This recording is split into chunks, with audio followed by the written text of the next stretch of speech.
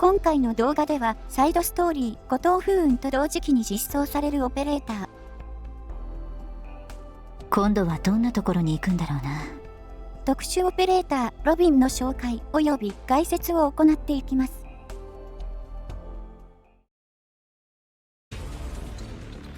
はじめまして、ドクター。新人オペレーターのロビンです。お金に困っているので、よかったらたくさん使ってください。ロビンはロドスに加入する前はクルビアにてボディーガードを行っていた人物で、サイドストーリー、後藤風雲にて描かれるマンスフィールド刑務所での事件の後に、マウンテンやカフカ、パインコーンたちとロドスを訪れテストに合格。現在は特殊オペレーターとして活動を行っています。常に眉間にはシワがあり、暗い雰囲気があるロビンですが、その理由は家計にあり、ロビンの家は非常に苦しい財政状況となっています。そのため、幼い頃からロビンは自分ができる仕事であればあらゆることをしてお金を稼ぎ、家族の家計を担う存在となっていました。この根本的な問題は、ロビンの父親のヒステリックさにあり、ロビンの父親はかつては企業を経営する経営者ではあったものの、その会社は倒産。その後も父親は何とか再起しようと何度も起業をしたものの、ことごとく失敗。ヒステリックを起こしたことから妻には愛想をつかれてしまい一家は離散。ロビンはそれでも優しかった頃の父の顔が忘れられず、戦術したようにロビン自身が何とか家計を保っていたようです。このように危険な仕事をしなければ家計が保てないという経済状況としてはどん底だった彼女に転機が訪れたのが今回のサイドストーリー内では語られています。ロドスはこのようなロビンの状況を勘案して他のオペレーターとは異なる契約を採択。労働契約期間を他のオペレーターよりもはるかに長いものにし、ロビンが任務で得た収入の一定割合は父の医療費としてロドスに支払われ、その支払いは治療費の返済が完了するまで実施。その代わり、ロビンの父親の治療をロビンのロドスへの加入後、即座に実施するという契約を行いました。これにより、ロビンの家計状況はロドス加入前よりもはるかに改善され、顔つきは未だに暗いものの、以前よりかは少しながら明るくなっており、常に明るく同じ趣味の人が見つからないと愚痴り続けていたクロージャとは、映画鑑賞という点で趣味が合うため、一緒に映画やドラマを見ている姿が確認されているようです。騒がしいクロージャを静かにさせたという意味でも、ロビンはロドスに一役買っていると言えるかもしれません。このように、ロビンの人生は好転の兆しが見られる一方で、ロドスによるロビンの父親への治療は、あくまでも現在の状況から回復させるということのみであり、父親が治療後も自暴自棄の状態であれば、より大きな問題を引き起こしかねず、現在の状況は、あくまでも今ある問題の緩和と先延ばしでしかありません。このような家計の事情に外部から口を出すのは状況を悪化させることが多々あるため、ロドスとしてはあくまでも静観の立場をとってはいる様子。ただ、ロビンが助けを求めているのであれば、ドクターが方向性を示すのは一つの手なのかもしれません。いずれにせよロビンは家計も改善し、助けてくれる人もいる今の状況にはある程度満足しているようです。ロビンのモチーフとなっている生物は、小心2のイラストなどを見る限り、アライグマでしょう。アライグマはアメリカやメキシコに自然分布している動物で、現在ではドイツやフランスなどのヨーロッパ、旧ソ連諸国、西インドと広い地域に分布しています。日本では海外からの移入によって広い地域に定着しており、1960年頃から少数ながらも野生種が確認されていましたが、1970年代にはアニメの影響によってペットとして大量に持ち込まれ、脱走しやすいという特徴やアニメのように自然に返すという飼い主の身勝手な行動によって野生種が爆発的に増加、昨今の様々な問題へと至ります。そもそもアライグマは幼少期は人にも懐きますが、大人になるにつれ徐々に凶暴性を増していくため、ペットとしては適さない動物です。この問題は戦術した各国でも問題視されており、街中でゴミを漁る姿から海外ではトラッシュパンダという別称が付けられてしまっている様子。ただ、このような問題を引き起こした要因は人間の身勝手な行動なので、問題を作り出した人間が地道に対処していくしかないのかもしれません。なお、ロビンのモチーフにはもう一つテーマ性があると思われ、小心2のイラストにはスーツを着た2匹のアライグマが何やら話し込んでいる姿が見えます。これはゴッドファーザーのワンシーンのオマージュと思われ、アライグマの普段の無害そうな見た目と、その実は凶暴な内面を、ニューヨーク最大の犯罪組織の長でありながら義理堅く、慈悲深い、ヴィトー・コルレオーネと重ね合わせているのかもしれません。または、ロビンの優しい性格と、必要とあらば暴力も厭わない性格を表している可能性もあります。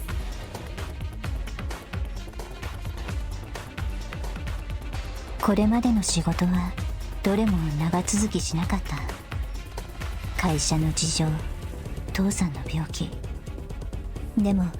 今度はロドスに長くいられそうだね。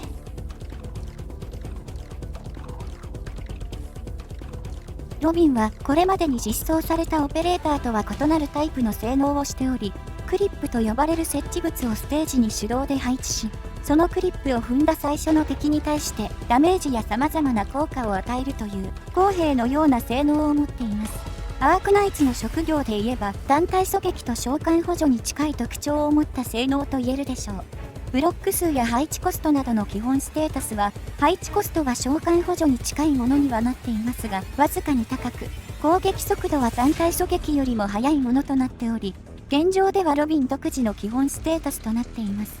HP や攻撃力のステータスはちょうど召喚補助と高台特殊の中間のような性能となっており、HP、攻撃力、防御力は召喚補助よりも高く、クリフハートやショー、F イーターなどの高台特殊よりも低くなっています。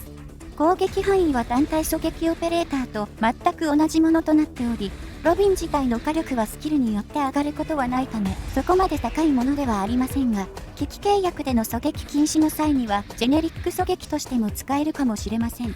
素質、クリップ専門家は、ロビンを象徴する能力で、ロビンは同時に複数ものクリップを設置物としてステージに配置することができます。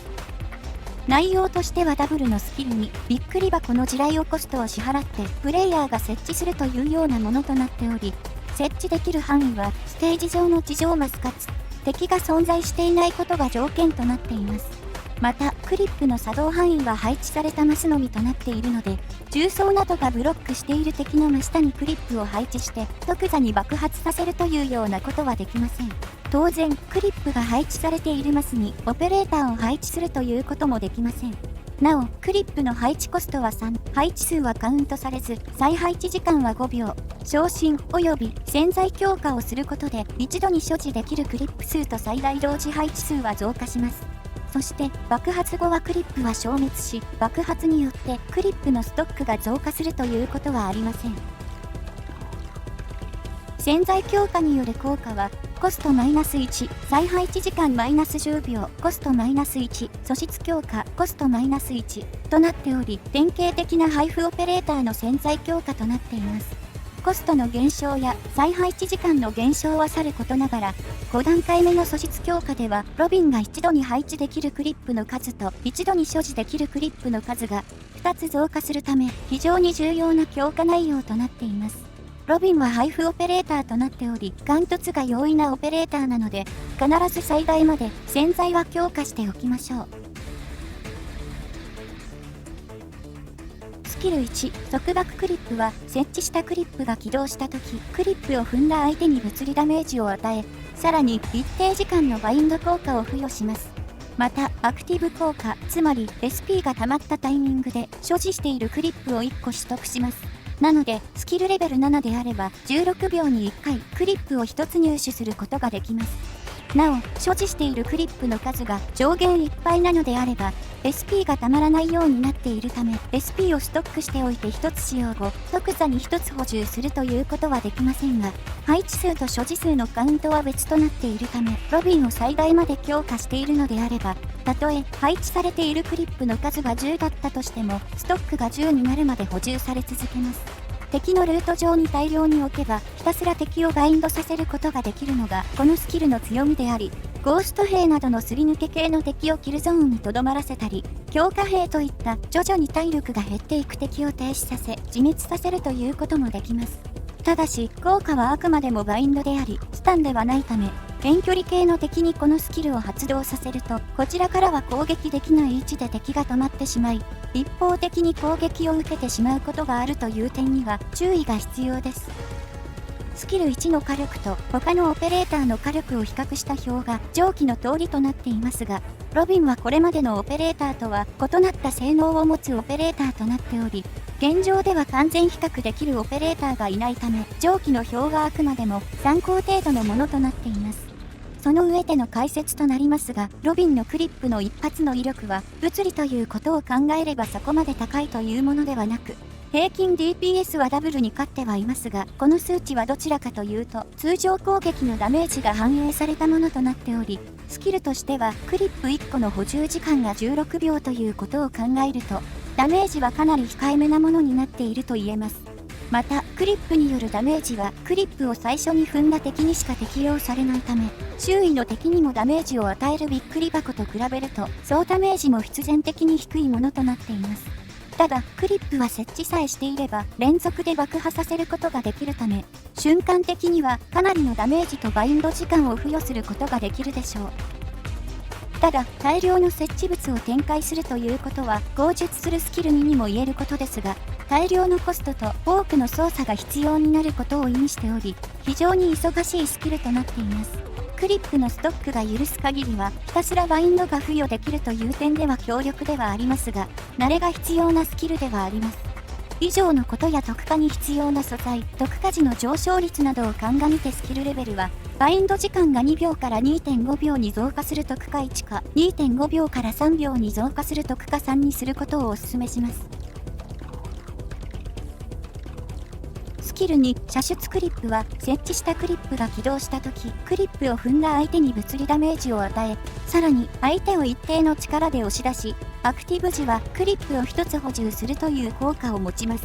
クリップの基本的な使用は、スキル1の時と変わりありませんが、スキル2はスキル1のようにはバインドしない代わりに敵を押し出す効果があり、わずかながらですが、ダメージ倍率が高くなっています。スキル1があらゆる敵に対して一定の効果があるスキルの一方で、スキル2は重量が重い敵に対しての効果はいまいちですが、重量が軽い敵に対しては絶大な効果を発揮するスキルといえ、やり方次第では敵を一切こちらの前線に近づけさせないということも可能となっています。また、クリップの効果によって押し出されるので、敵が軽ければ同じマスに再びクリップを配置できるのも、このスキルの長所です。例えば、一部のドクターにとってはトラウマであろう危機契約ベータのベンデッタさえ、ロビンのこのスキルさえあれば、一切近づけさせずに殲滅するということもできたでしょう。スキル2の火力と他のオペレーターのスキルの火力を比較した表が上記の通りとなっていますが、こちらもスキル1と同じく完全比較できないものなので、あくまでも参考程度のものとなります。その上での解説となると、スキル2はスキル1よりも若干ながら火力が高くなっており、頻繁に発動できる押し出しスキルの中では高めの火力にはなっています。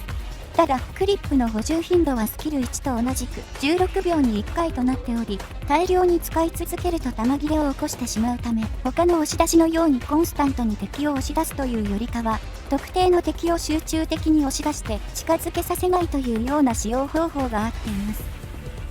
いずれにせよ、押し出しスキルではありますが、他の押し出しスキルとは異なった運用が求められるため、事前の準備など様々な対応が必要にはなりますが、他の押し出しスキルとは異なり、ステージのほぼ全域でウィーディの工業用蓄水砲よりもより柔軟に敵を押し出せるので、刺さる敵に対してはとことん刺さるスキルとなっています。以上のことや特化に必要な素材、特化時の上昇率などを鑑みてスキルレベルは7で据え置くか、押し出しの力が1段階上昇する特化3まで上げ切ってしまうことをお勧めします。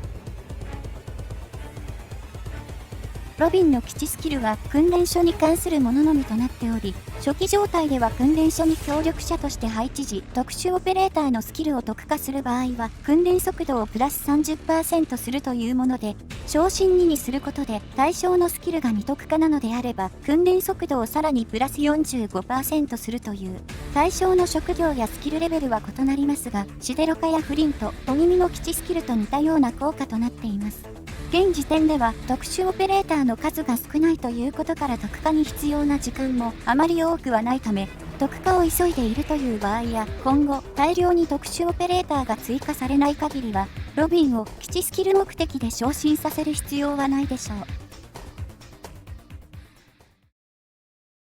それでは実際にロビンを使用していきます。今回使用するステージは、追う鉄の峡谷。契約内容は、敵の HP プラス 60% のみを採用。ロビンのステータスは昇進2のレベル80、スキル1の特化3となります。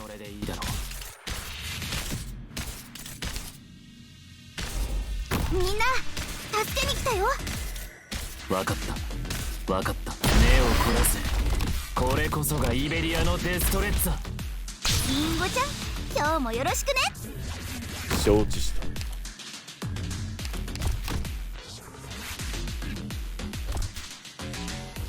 気をつけて行動し、火事には気をつけてください。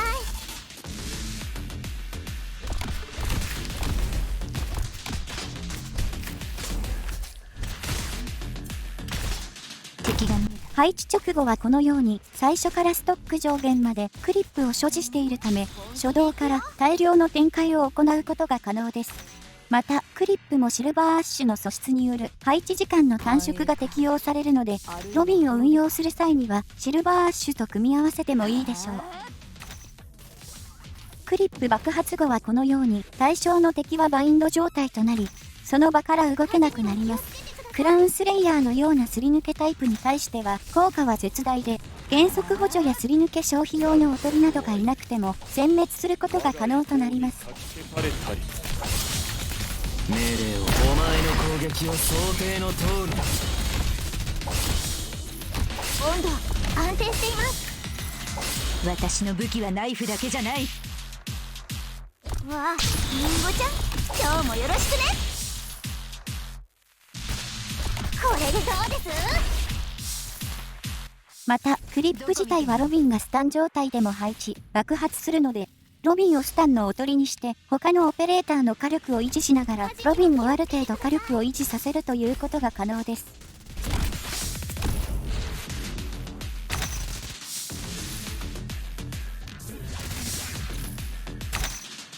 これ、私だって怒るよ。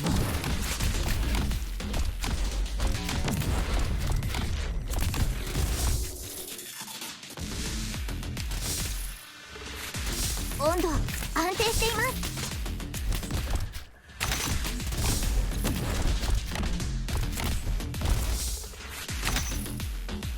どこ見てんの？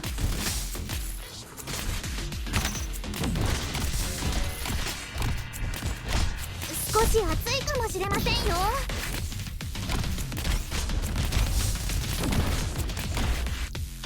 私の武器はナイフだけじゃない。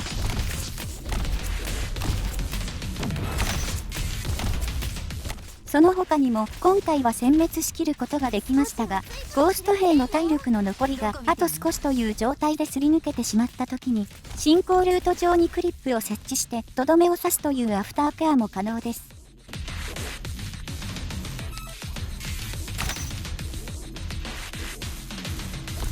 火事には気をつけてください。どこ見てんの？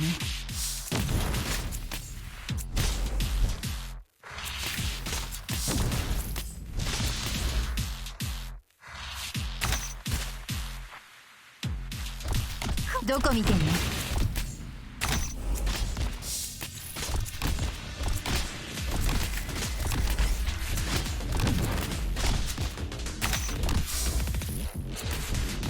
私の武器はナイフだけじゃない。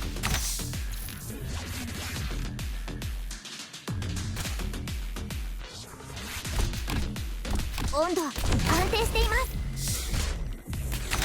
私の武器はナイフだけじゃない。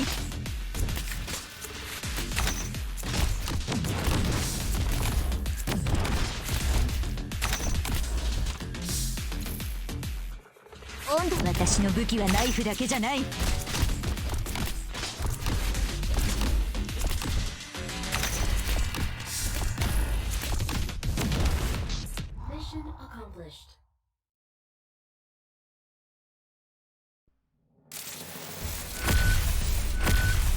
どれほどの罪を重ねてきても、その命と共に塵に帰るでしょう。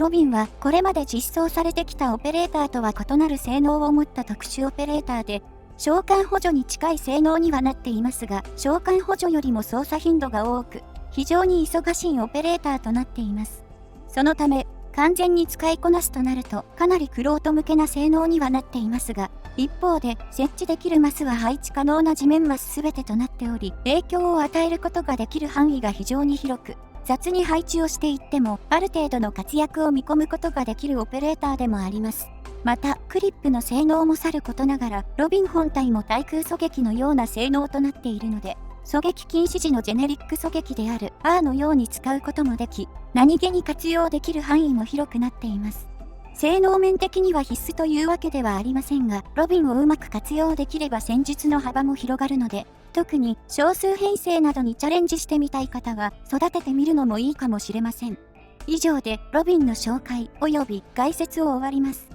この動画が良ければ動画制作の励みになるので、チャンネル登録やグッドボタンを押していただけると幸いです。ご視聴ありがとうございました。なんだかロドスって映画の中に出てくる会社みたいだね。表の顔は製薬会社で、裏の顔は傭兵集団。そして行動の目的はより多くの人を救うためだとか。本当かっこいいな。